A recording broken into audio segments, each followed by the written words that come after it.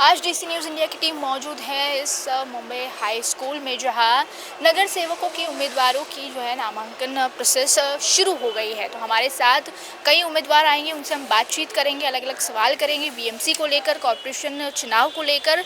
तो आज हमारे साथ और एक शख्स मौजूद है जो नगर सेवक के लिए उम्मीदवार हैं और यहाँ पहुँचे हैं नामांकन के लिए। सबसे पहले आपका नाम? भावेश कालिया। भावेश कालिया जी, मुझे बताइए कि कौन से नंबर वार्ड से आप खड़े हो रहे हैं इस चुनाव के लिए? 25 नंबर। 25 नंबर वार्ड से आप खड़े हो रहे हैं। 25 नंबर वार्ड में ऐसी क्या मुख्य समस्याएं हैं जिनका आप निवारण करने वाले हैं, जिसका आप हल निकालने वाले हैं अगर आप जीत जाते हैं? नहीं, 25 नंबर वार्ड में बहुत सारी समस्याएं हैं जिसके लिए हमें निर्दलीय खड़ा होने की ज़रूरत पड़ी। हमारे वहाँ पे हॉकर्स का इश्यूज़ है, एंक्रोचमेंट का इश्यूज़ है, जो बीएमसी के ग्राउंड है, प्ले ग्राउंड है, वो सब लोगों ने अवैध तरीके से कब्जे करके रखे हैं, जिसको ना कोई हटा पा रहा है। इसके लिए हम निर्दलीय खड़े होकर वो सबको सुधारना चाहते हैं और सब रिलीज़ कराना चाहते हैं। मुझे बताइए कि आपने अभी हॉकर्स की बात की। हॉकर्स का मुद्दा तो कोई पुराना मुद्दा है नहीं, हमेशा ये चीज़ें चलती रहती है, ये समस्याएं आती रहती हैं। तो हॉकर्स की भी कुछ समस्याएं होंगी, तो वो कैसे आप हल करेंगे उसके बाद? नहीं, हॉकर्स भी देखो हमारे तरह एक इंसान ही है और हमारे क्षेत्र के ही हैं, लेकिन हमारे यहाँ पे प्रॉब्लम क्या हो गया था, हमारे यहाँ बाहरी हॉकर्स बहुत आ रहे थे, जैसे मीरा रोड, विरार, मालवनी, मलाड्स के वहाँ से हॉकर आके तो इतना झमेड़ा हो गया था, तो लोग इससे तंग आ गए थे। हमें भी देखो, हम भी हॉकर्स के अगेंस्ट नहीं है। हम चाहते हैं बीएमसी प्रशासन जैसे हर एक रिजर्व जोन होता है स्कूल के लिए, फायर ब्रिगेड के लिए, कॉलेज के लिए, वैसे एक हॉकर जोन होना चाहिए।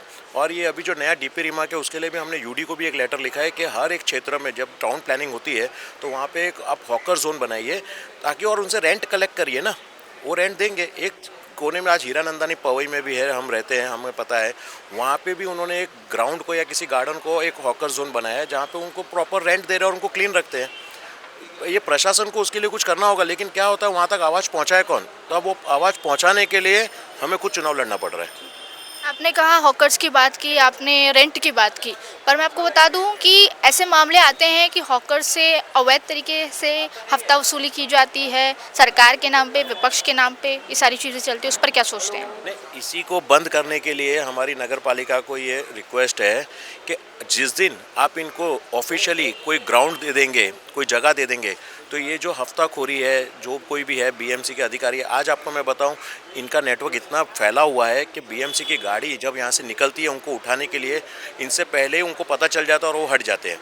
तो ये जो खर्चा ये जो लोग कर रहे हैं, तो यही अगर वो बीएमसी को रेवेन्यू जनरेट होगा इतना, वैसे सबसे अमीर बीएमसी है हमारी, उसको इतना रेवेन्यू की पड़ी नहीं है, लेकिन फिर भी मैं चाहता हूँ कि बीएमसी ऑफिशियली इनको जगह दे।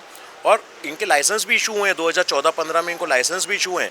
और एक तरफ क्या है, हमारे प्रधानमंत्री योजना में इनको पैसे भी दिए जाते हैं कि आप बिजनेस करो, लेकिन जब वो बिजनेस करते हैं रोड पे तो आप उनको उठा देते हो।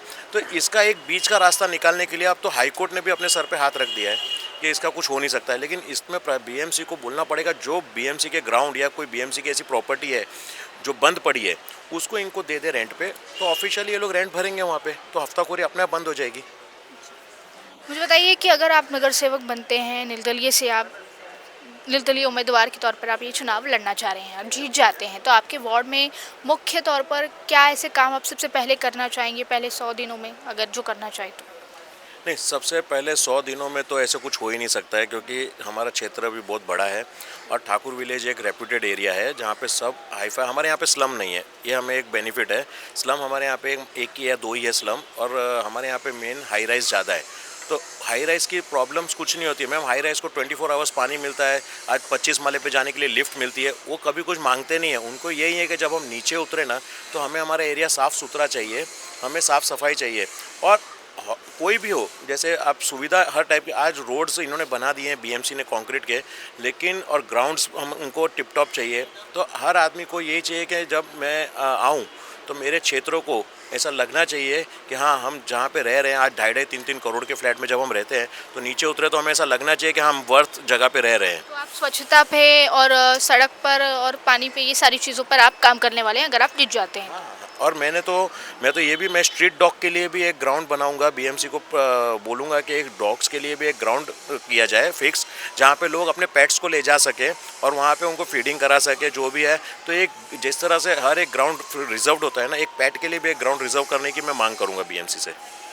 नमस्कार। तो ये थे उम्मीदवार जो नगर सेवक के लिए उम्मीदवार हैं, जिनसे हमने बात की है। उन्होंने कई जो है वादे किए हैं। उनका कहना है कि अगर वो चुनाव जीत जाते हैं, ये कॉरपोरेशन का चुनाव जो है निर्दलीय तौर पर जो वो लड़ रहे हैं, वो जीत जाते हैं, तो ये सारे वादे जो है वो पूरे करेंगे।